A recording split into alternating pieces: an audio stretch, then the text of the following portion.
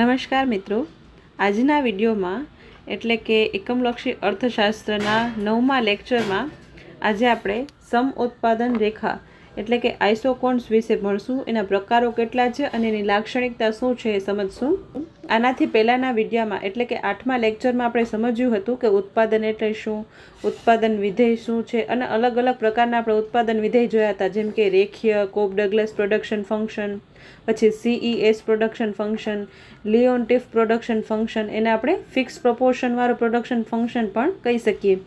એવા આપણે અલગ અલગ પ્રકારના પ્રોડક્શન ફંક્શન પણ જોયા હતા.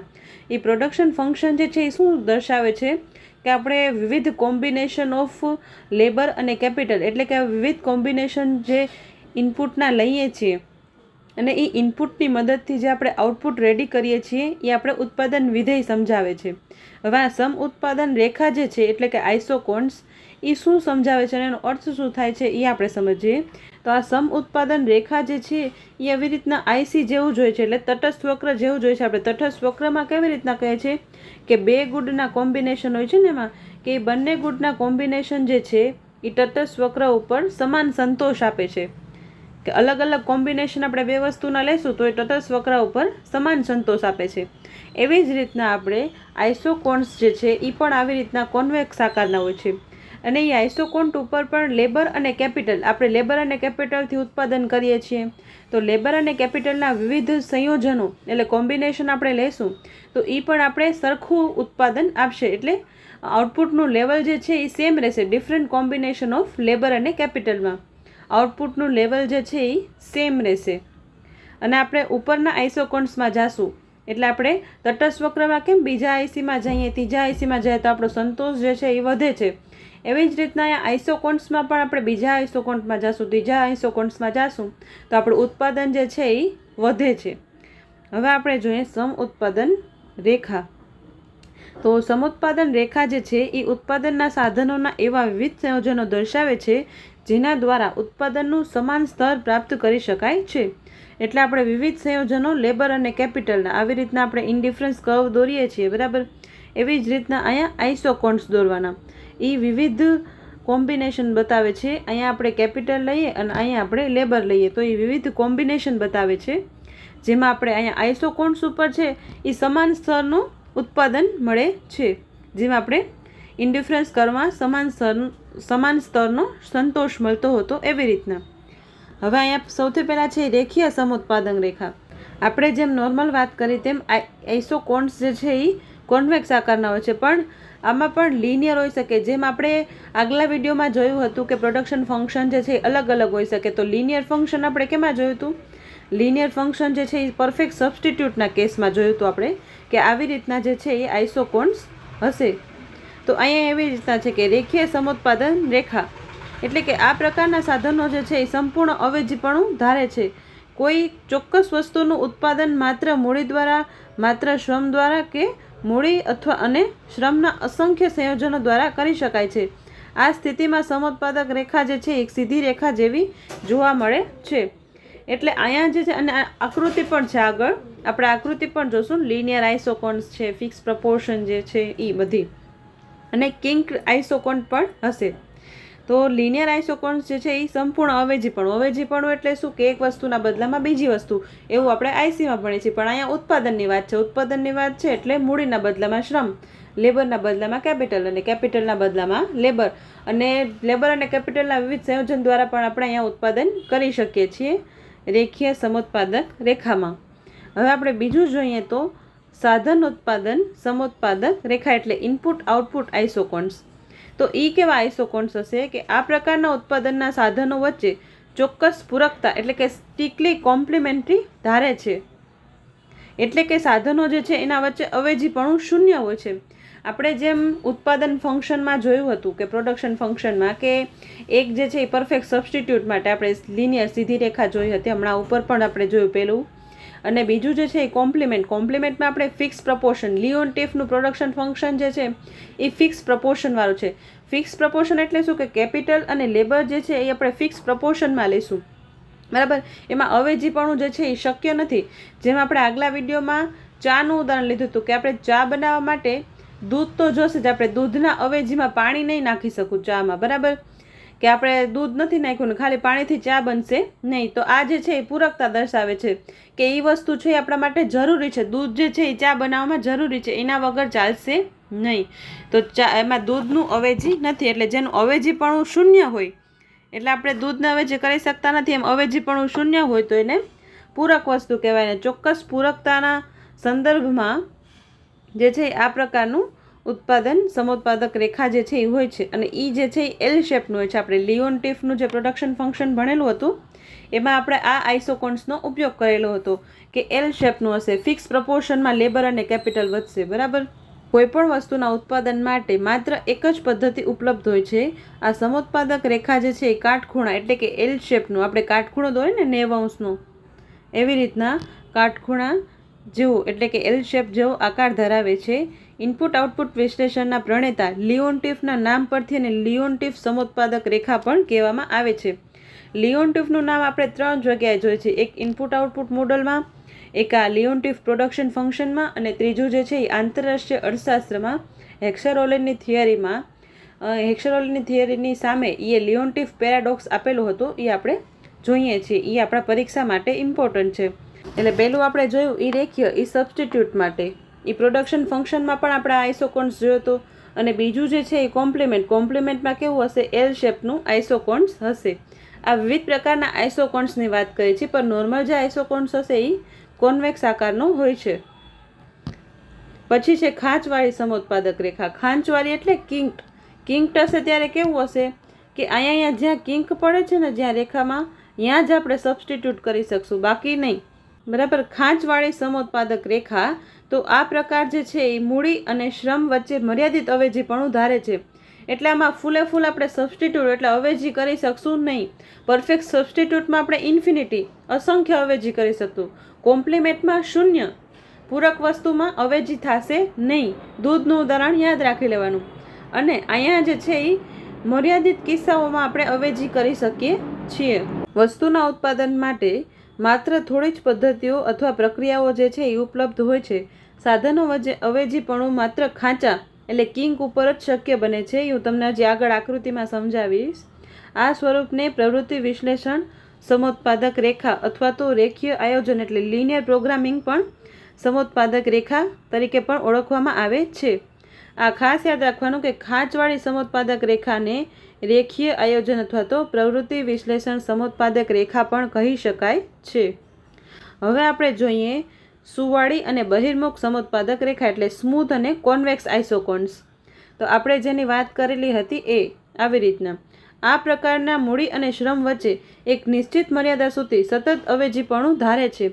એટલે એક નિશ્ચિત મર્યાદા સુધી આપણે અવેજી કરી શકીએ છીએ, જે મર્યાદા પછી સાધનો એકબીજાના અવેજી બની શકતા નથી. અને આ સમોત્પાદક રેખા જે છે ઉગમ બિંદુથી બહિર્મુખ એટલે કે કોન્વેક્સ ટુ ઓરિજિન અને સુવાળા વળાંક જેવી દેખાય છે. એટલે આવા વળાંક જેવી દેખાય છે. હવે આપણે ચારેયની આકૃતિ જોઈએ તો આ જે છે એ લિનિયર આઇસોકોન્સ છે. પરફેક્ટ સબસ્ટિટ્યૂટ માટે એટલે પરફેક્ટ અવેજી વસ્તુ માટે જે છે એ સીધી લાઇન જે છે હોય છે એ નીચેની તરફ ઢળતી સીધી લાઇન હોય છે, એટલે નેગેટિવલી સ્લોપ લાઇન. પછી આપણે ઇનપુટ આઉટપુટ એનાલિસિસ એટલે લિયોનટીફે ઇનપુટ આઉટપુટ એનાલિસિસ આપેલું છે. એમાં એક ઇન્ડસ્ટ્રીનું આઉટપુટ જે છે એ બીજા ઇન્ડસ્ટ્રી માટે ઇનપુટ બને છે, અને બીજા ઇન્ડસ્ટ્રી જે છે એ ઇનપુટનો ઉપયોગ કરીને પોતાનું નવું આઉટપુટ તૈયાર કરે છે, અને એ આઉટપુટ છે એ ત્રીજા ઇન્ડસ્ટ્રીમાં ઇનપુટ તરીકે કામ આવે છે, અને એ ઇન્ડસ્ટ્રી પોતાનું આઉટપુટ બનાવે છે. આવી રીતના આઉટપુટનો જે છે એ ચેઇન બને છે. એ ઇનપુટ આઉટપુટ મોડલ જે છે એ લિયોનટીફે આપેલું છે. પૂરક વસ્તુ માટેનો આઇસોકોન્સ પણ આપેલો છે. લિયોનટીફ આઇસોકોન્સ તરીકે ઓળખવામાં આવે છે, અથવા તો આપણે એને ફિક્સ પ્રપોર્શન વાળો આઇસોકોન્સ પણ કહી શકીએ છીએ. અહીંયા શું હશે, કેપિટલ અને લેબર જે છે એ ફિક્સ પ્રપોર્શનમાં હશે કે બરાબર રેશિયોમાં વધશે કે 2:1 એવી રીતના રેશિયોમાં કેપિટલ અને લેબર જે છે એ વધશે. એનો જે આકાર જે છે એ એલ શેપનો એટલે 90 ડિગ્રીનો જે છે એ આઇસોકોન્સ બની જાય છે. આ લિનિયર આઇસોકોન્સ કહેવાશે. આ 90 ડિગ્રીનો આઇસોકોન્સ કહેવાશે. હવે આપણે કિંક્ડ આઇસોકોન્સ જોઈએ તો કિંક આઇસોકોન્સ જે છે એ શું કહે છે કે if factor of production shows limited substitute હશે. ફેક્ટર ઓફ પ્રોડક્શન એટલે શું, કેપિટલ અને લેબર, શ્રમ અને મૂડી. તો શ્રમ અને મૂડી જે છે એના લિમિટેડ સબસ્ટિટ્યૂટ હોય એટલે એને કોઈક આપણે મર્યાદિત માત્રામાં જ આપણે એને અવેજી કરી શકતા હોઈએ ત્યારે આ કિંક આઇસોકોન્સ જોવા મળે છે. અને આ કિંકવાળો હિસ્સો જે છે ત્યાં જે સબસ્ટિટ્યુટેબિલિટી શક્ય બની જાય છે.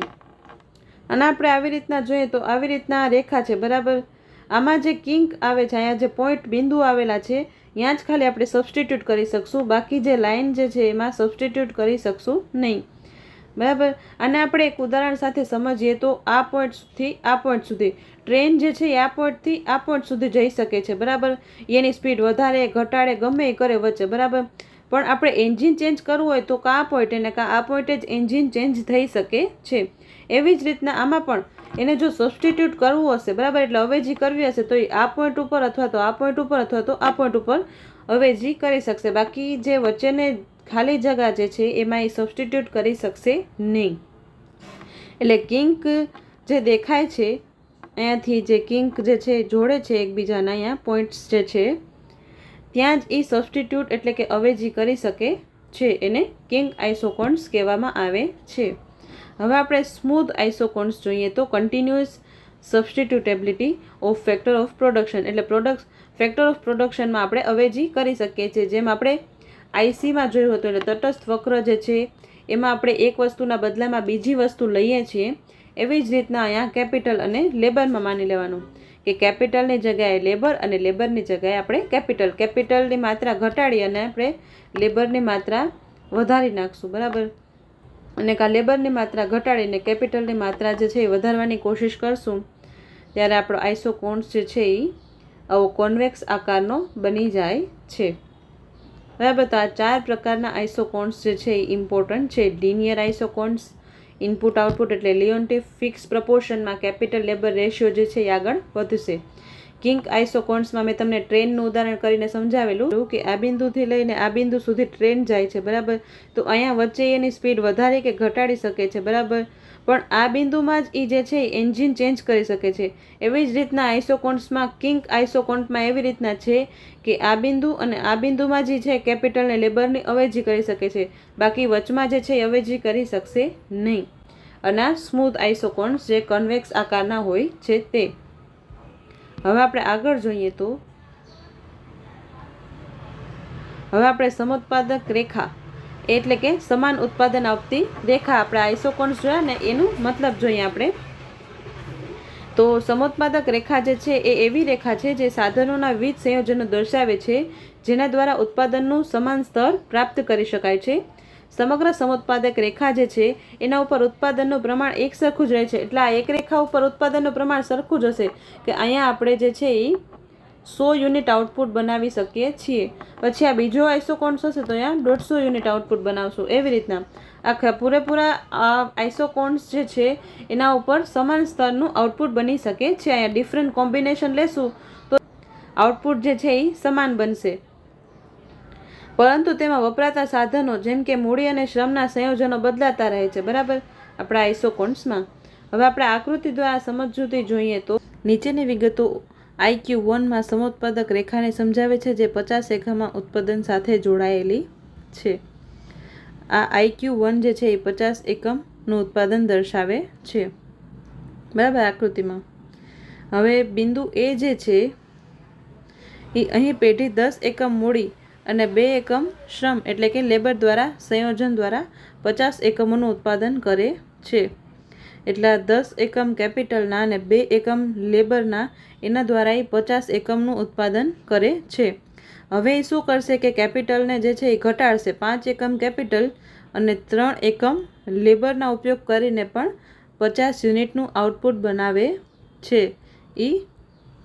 એ બી બિંદુએ, આ બિંદુને આપણે એ બિંદુ નામ આપી દઈએ અને આ જે છે એ બી બિંદુએ, બરાબર. તો બિંદુ બી એ અહીં પેઢી સાધનનું સંયોજન બદલીને 5 એકમ મૂડીના અને 3 એકમ શ્રમનો ઉપયોગ કરીને છતાં ઉત્પાદનનું સ્તર જે છે એ 50 એકમ જ રહે છે. એટલે કે પેઢી પોતાની પાસે ઉપલબ્ધ મૂડી અને શ્રમની પ્રાપ્યતાના આધારે 50 એકમ ઉત્પાદન કરવા માટે IQ1 રેખા પર કોઈપણ બિંદુ પસંદ કરી શકે છે. આ IQ1 રેખા જે છે એના ઉપરના કોઈ પણ સંયોજનો પસંદ કરશે તો એને 50 યુનિટ આઉટપુટ મળશે. એટલે અહીંયા એ આવી રીતના કરશે કે પછી આવી રીતના કરશે તો પણ એને 50 યુનિટ આઉટપુટ મળશે. હવે મુખ્ય લાક્ષણિકતાઓમાં જોઈએ તો રેખા જે છે એના પરના દરેક બિંદુ જે છે એ ઉત્પાદન સમાન આપે છે. આ આઇસોકોન્ટ ઉપરના દરેક બિંદુ જે છે એ સમાન ઉત્પાદન આપે છે. અને સાધનના સંયોજનમાં ફેરફાર જે છે એ શક્ય છે કે આપણે કેપિટલના આટલા યુનિટ જોઈએ છે અને લેબરના આટલા યુનિટ જોઈએ છે તો એ પણ ચાલશે, અને કેપિટલના આટલા અને લેબરના આટલા એ પણ ચાલશે. એટલે આપણે વિવિધ સંયોજનો જે છે એ દર્શાવી શકીએ છીએ અને સંયોજનમાં ફેરફાર પણ કરી શકીએ છીએ, એક સાધનમાં ઘટાડીને અને બીજા સાધનમાં વધારો કરીને. આ રેખા જે છે એ સામાન્ય રીતે ડાબેથી જમણી બાજુએ ઢળતી હોય છે, એટલે નીચેની તરફ ડાબેથી અહીંયા જમણી બાજુ એવી રીતના જે છે એ રેખા હોય છે. હવે આપણે જોઈએ સમોત્પાદક રેખાના ગુણધર્મો, એટલે આ આઇસોકોન્સ જે છે એના લક્ષણો કયા કયા છે. એ જે છે એ ડાબેથી જમણે નીચે તરફનું ઢાળ દર્શાવે છે, એટલે નેગેટિવલી સ્લોપ હોય છે અહીંયા ડાબી બાજુથી લઈને જમણી બાજુ સુધી. સમોત્પાદક રેખાઓ જે છે એ ડાબેથી જમણે નીચે તરફ ઢળતી હોય છે. આનું કારણ એ છે કે જો પેઢી ઉત્પાદનના એક સાધનનો વપરાશ વધારશે તો ઉત્પાદનનું સમાન સ્તર જાળવી રાખવા માટે બીજા સાધનનો વપરાશ જે છે એ ઘટાડવો પડશે.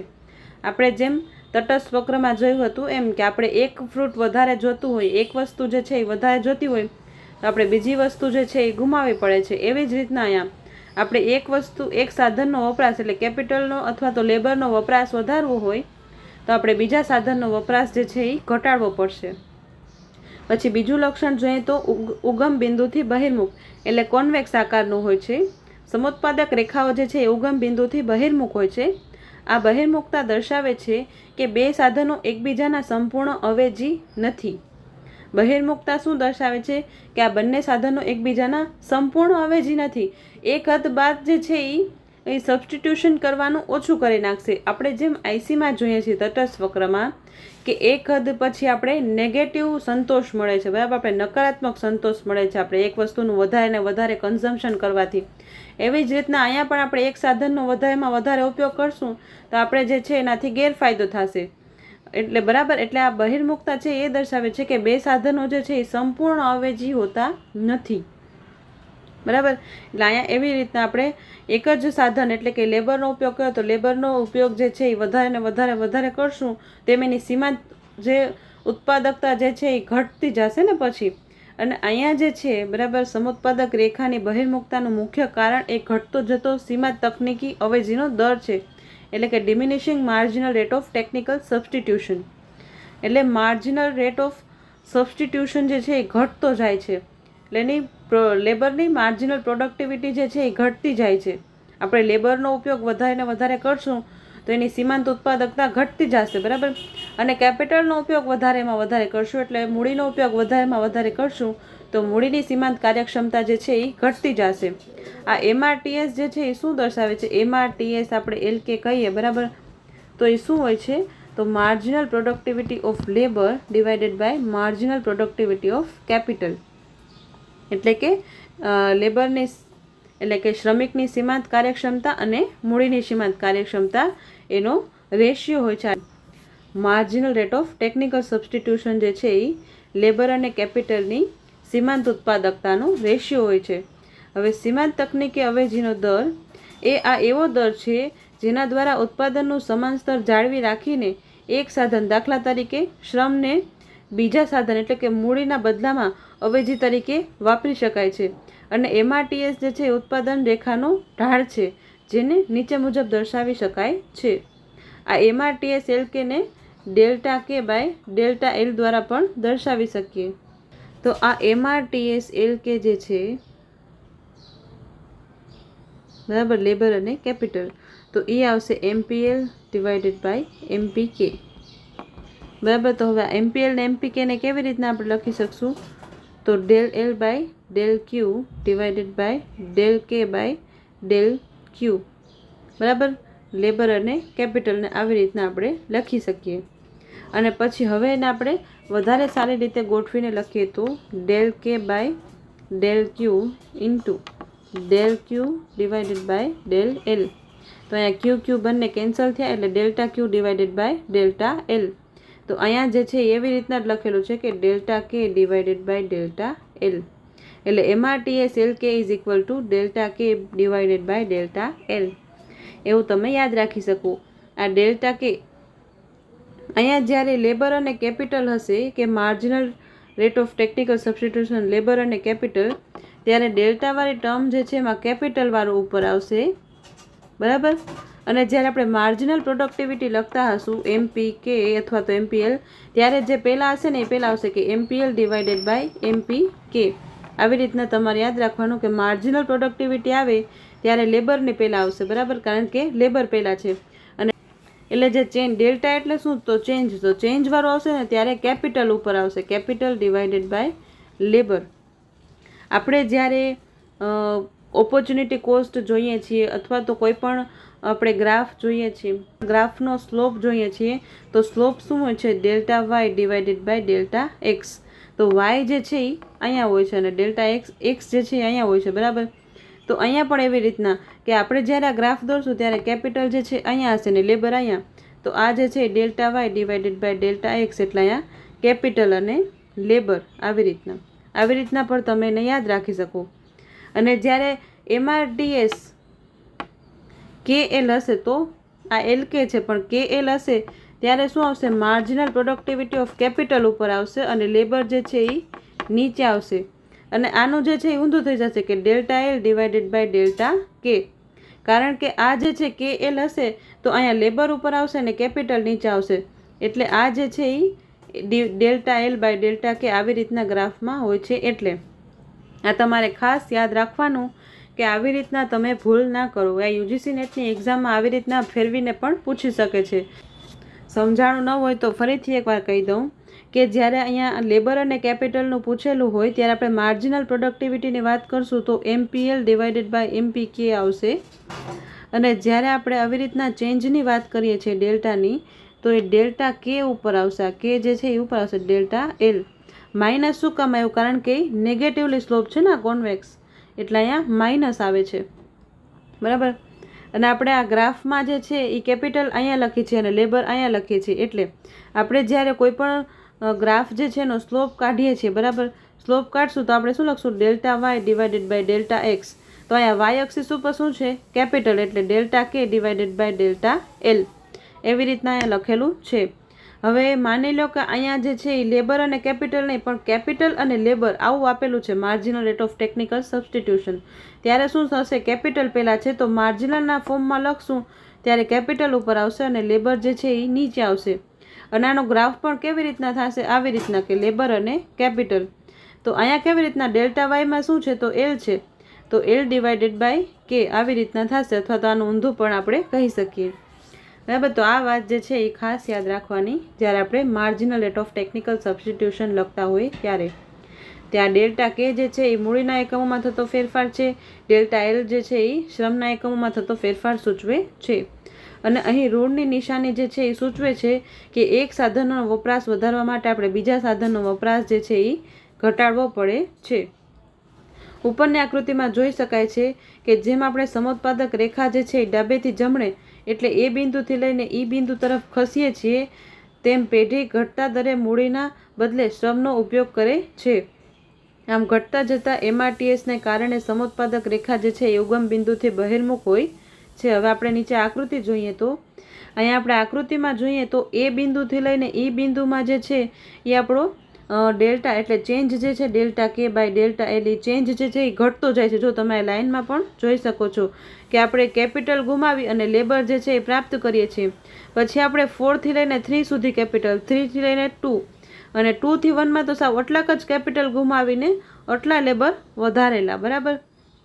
એટલે આપણે જેમ જેમ આગળ જઈએ છીએ તેમ તેમ આપણે શું કરશું, આપણે ઘટતા દરે મૂડીના બદલે શ્રમનો ઉપયોગ કરીએ છીએ. એ બિંદુથી લઈને ઈ બિંદુ સુધી આપણે એ બિંદુથી લઈને ઈ બિંદુ સુધી જે છે એ ઘટતા દરે આપણે કેપિટલના બદલામાં લેબર જે છે એ સબસ્ટિટ્યૂટ કરીએ છીએ.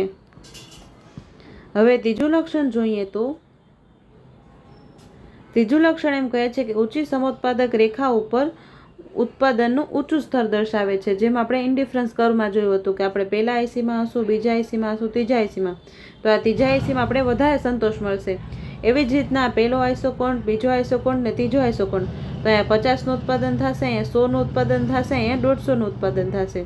એટલે જેમ જેમ આપણે ઊંચા સ્તરે જઈએ છીએ તેમ તેમ એ ઉત્પાદન પણ વધારે દર્શાવે છે. એટલે કે જો જે સમોત્પાદક રેખા જે છે એ ઉગમ બિંદુથી વધુ દૂર હશે, એટલે આ ઉગમ બિંદુથી વધારે દૂર હશે, અહીંયા દૂર જે હશે એ ઉત્પાદનનું ઊંચું સ્તર દર્શાવે છે. અને તેનાથી ઉલટું નીચેની રેખા જે છે એ ઓછું ઉત્પાદન દર્શાવે છે. આમાં આપણે આકૃતિમાં જોઈ શકીએ છીએ. તેવી રીતના આપણે નીચે આકૃતિમાં જોઈએ. અહીંયા જે છે એ કેપિટલ છે અને અહીંયા જે છે એ લેબરના યુનિટ છે. તો અહીંયા જે છે પહેલા આઈસોકોન્ટ્સમાં આપણે 100 યુનિટ બનાવી શકીએ છીએ, પછી 200 અને પછી 300. એવી રીતના જે છે એમ આપણે દૂર જશું આ ઉગમ બિંદુથી, એમ આપણે વધારે આઉટપુટ મળશે. અને જેમ આપણી આઈસોકોન્ટ્સ જે છે એ ઉગમ બિંદુની નજીક હશે ત્યાં આપણે ઓછું ઉત્પાદન મળે છે. હવે ચોથો પાર્ટ જોઈએ. બે સમોત્પાદક રેખાઓ જે છે એ ક્યારેય એકબીજાને છેદતી નથી. કોઈ પણ બે સમોત્પાદક રેખાઓ જે છે એ ક્યારેય એકબીજાને કાપીને કે છેદીને જઈ શકતી નથી. એક ચોક્કસ સમોત્પાદક રેખા પરના તમામ બિંદુઓ ઉત્પાદનનું સમાન સ્તર દર્શાવે છે. જો બે સમોત્પાદક રેખાઓ એકબીજાને છેદે તો તેનો અર્થ એ થયો કે છેદન બિંદુએ બંને અલગ અલગ સમોત્પાદક રેખાઓ દ્વારા દર્શાવવામાં આવતું ઉત્પાદનનું સ્તર જે છે એ સમાન છે. આ બાબત જે છે એ સમોત્પાદક રેખાના પાયાના લક્ષણની વિરુદ્ધ છે કે જે મુજબ ઊંચી સમોત્પાદક રેખા હંમેશા ઉત્પાદનનું ઊંચું સ્તર દર્શાવે છે, પણ જો એ ઇન્ડિફરન્સ કર્વ જે છે એ એકબીજાને કટ કરશે તો એ સમાન લેવલનું જે છે એ ઉત્પાદન દર્શાવે છે. આકૃતિમાં દર્શાવ્યા મુજબ IQ1 એ 100 એકમોનું ઉત્પાદન સ્તર દર્શાવે છે. તેથી બિંદુ A અને B બંને જે છે એ 100 એકમોનું ઉત્પાદન દર્શાવે છે. હવે આપણે આકૃતિમાં જોઈએ કે બે સમોત્પાદક રેખાઓ જે છે એ એકબીજાને છેદશે નહીં. તો અહીંયા આપણે પહેલા આઈસોકોન્ટ્સ જે છે એ AB માની લઈએ. તો AB આઈસોકોન્ટ્સ ઉપર જે છે આપણે માની લઈએ 100 એકમોનું ઉત્પાદન થાય છે. અને આ C વાળી આઈસોકોન્ટ્સ જે છે એ C આગળ છે, બરાબર, A કરતાં C આગળ છે. તો એ આગળ હશે તો એ વધારે ઉત્પાદન દેશે, તો એ 200 યુનિટનું ઉત્પાદન દે છે. પણ એ જે છે એ પહેલી આઈસોકોન્ટ્સથી કાપીને જાય છે, છેદીને જાય છે. તો આ બે બિંદુ પર આપણે 100 એકમોનું ઉત્પાદન અને 200 એકમોનું ઉત્પાદન એ બંને એકી સાથે કેવી રીતના થઈ શકે, સમાન સ્તર કેવી રીતના જાળવી શકે અહીંયા બે બિંદુ ઉપર? એટલે જે છે એક આઈસોકોન્ટ્સ જે છે એટલે સમોત્પાદક રેખા જે છે એ એકબીજાને ક્યારેય છેદશે નહીં. અને છેદશે તો આવી રીતના જે છે એ પ્રોબ્લેમ ઊભી થશે કે બે બિંદુએ જે છે એ 100 એકમોનું ઉત્પાદન થાય છે કે 200 એકમોનું ઉત્પાદન થાય છે. જો આ રેખાઓ તાર્કિક રીતે એક જ બિંદુ ઉપર બે અલગ અલગ ઉત્પાદન સ્તર જે છે એને છેદશે, બરાબર, બે અલગ અલગ ઉત્પાદન સ્તરો શક્ય બનશે. આ બે અલગ અલગ ઉત્પાદન સ્તરો જે છે એ શક્ય બનશે, જે અર્થશાસ્ત્રના સિદ્ધાંત મુજબ અશક્ય છે. એટલે બંને એકબીજાને છેદશે નહીં. પછીનો પોઈન્ટ જોઈએ તો સમોત્પાદક રેખાઓ ક્યારેય ધરીને સમાંતર હોઈ શકતી નથી. Isoquants can never be parallel to axis. સમોત્પાદક રેખાઓ ક્યારેય આડી ધરીને કે ઊભી ધરીને સમાંતર હોઈ શકતી નથી. એટલે આ આડી ધરી અને ઊભી ધરીને ક્યારેય સમાંતર હશે નહીં. એટલે આવી રીતના નહીં હોય, કાં તો આમ વર્ટિકલ એક્સિસ અથવા તો આપણે બીજું જોઈએ તો હોરિઝોન્ટલ એક્સિસને આવી રીતના સમાંતર ક્યારેય નહીં હોય. આનું કારણ એ છે કે જો સમોત્પાદક રેખા જે છે એ કોઈ પણ ધરીને સમાંતર હોય તો તેનો અર્થ એ થાય છે કે ઉત્પાદનનું સ્તર વધારવા માટે બીજા સાધનના વપરાશમાં ઘટાડો કર્યા વગર જ માત્ર એક જ સાધનનો વપરાશ કરીને આપણે ઉત્પાદન વધારી શકીએ છીએ. આવી સ્થિતિમાં ઘટતા જતા સીમાંત તકનીકી અવેજી દરનો સિદ્ધાંત જે છે એ લાગુ પડતો નથી. એટલે diminishing marginal rate of technical substitution જે છે એનો સિદ્ધાંત અહીંયા લાગુ પડશે નહીં. એટલે એકનું ઉત્પાદન કરવા માટે આપણે બીજાનું ઘટાડવું નહીં પડે, બરાબર, અહીંયા હોરિઝોન્ટલ એક્સિસમાં. એટલે આપણે એકનું જ એટલે લેબરનું જ ઉત્પાદન વધાર્યું પણ કેપિટલનું તો ઘટાડ્યું નહીં. આમાં સીધી લાઈન છે તો એવું ક્યારેય શક્ય બનશે નહીં, બરાબર. અને જો એવું હશે તો આ ડિમિનિશિંગ માર્જિનલ રેટ ઓફ સબસ્ટિટ્યુશન એટલે ઘટતા જતા સીમાંત તકનીકી અવેજી દર જે છે એ સિદ્ધાંતને વિરુદ્ધ છે. અને જો રેખા ધરીને સમાંતર થઈ જાય તો તેનો અર્થ એમ થાય છે કે જે તે સાધનની સીમાંત ઉત્પાદકતા જે છે એ શૂન્ય થઈ ગઈ છે, જે તાર્કિક રીતે અર્થહીન છે, બરાબર, કે આપણે અહીંયા હોરિઝોન્ટલ એક્સિસ ઉપર અગર પેરેલલ લાઇન દોરશું તો એનો અર્થ શું થશે કે લેબર હોય કે કેપિટલ હોય એની માર્જિનલ પ્રોડક્ટિવિટી જે છે એ શૂન્ય થઈ ગઈ છે, બરાબર, જે તાર્કિક રીતે અર્થહીન છે. તેથી આર્થિક વિશ્લેષણમાં સમોત્પાદક રેખાઓ ક્યારેય બેમાંથી એક પણ ધરીને સમાંતર હોતી નથી. આમાં જીસેટમાં પૂછાયેલા પ્રશ્નો અને પ્રેક્ટિસના ક્વેશ્ચન જે છે એ હું ટેલિગ્રામ ચેનલમાં અપલોડ કરીશ. તેમાં તમે ક્વિઝમાં જવાબ આપી દેજો, તેથી તમારે પ્રેક્ટિસ પણ થઈ જશે અને આ કોન્સેપ્ટ કેટલો યાદ રહ્યો તે પણ ચેક થઈ જશે. અને જો તમે ટેલિગ્રામ ગ્રુપ જોઈન ના કર્યું હોય તો એ પણ જોઈન કરી લેજો. તો આજ માટે આટલું જ. આજે આપણે સમોત્પાદક રેખા અને એના ગુણધર્મો અને એની લાક્ષણિકતાઓ જોઈ અને અલગ અલગ પ્રકારના આઇસોકોન્સ જેમ કે રેખીય, કિંક્ડ, એલ શેપના અને કોન્વેક્સ આકારના, એ 4 પ્રકારના આપણે સમોત્પાદક રેખાઓ જોયા. તો આજ માટે આટલું જ. Keep learning, keep growing and thanks for watching.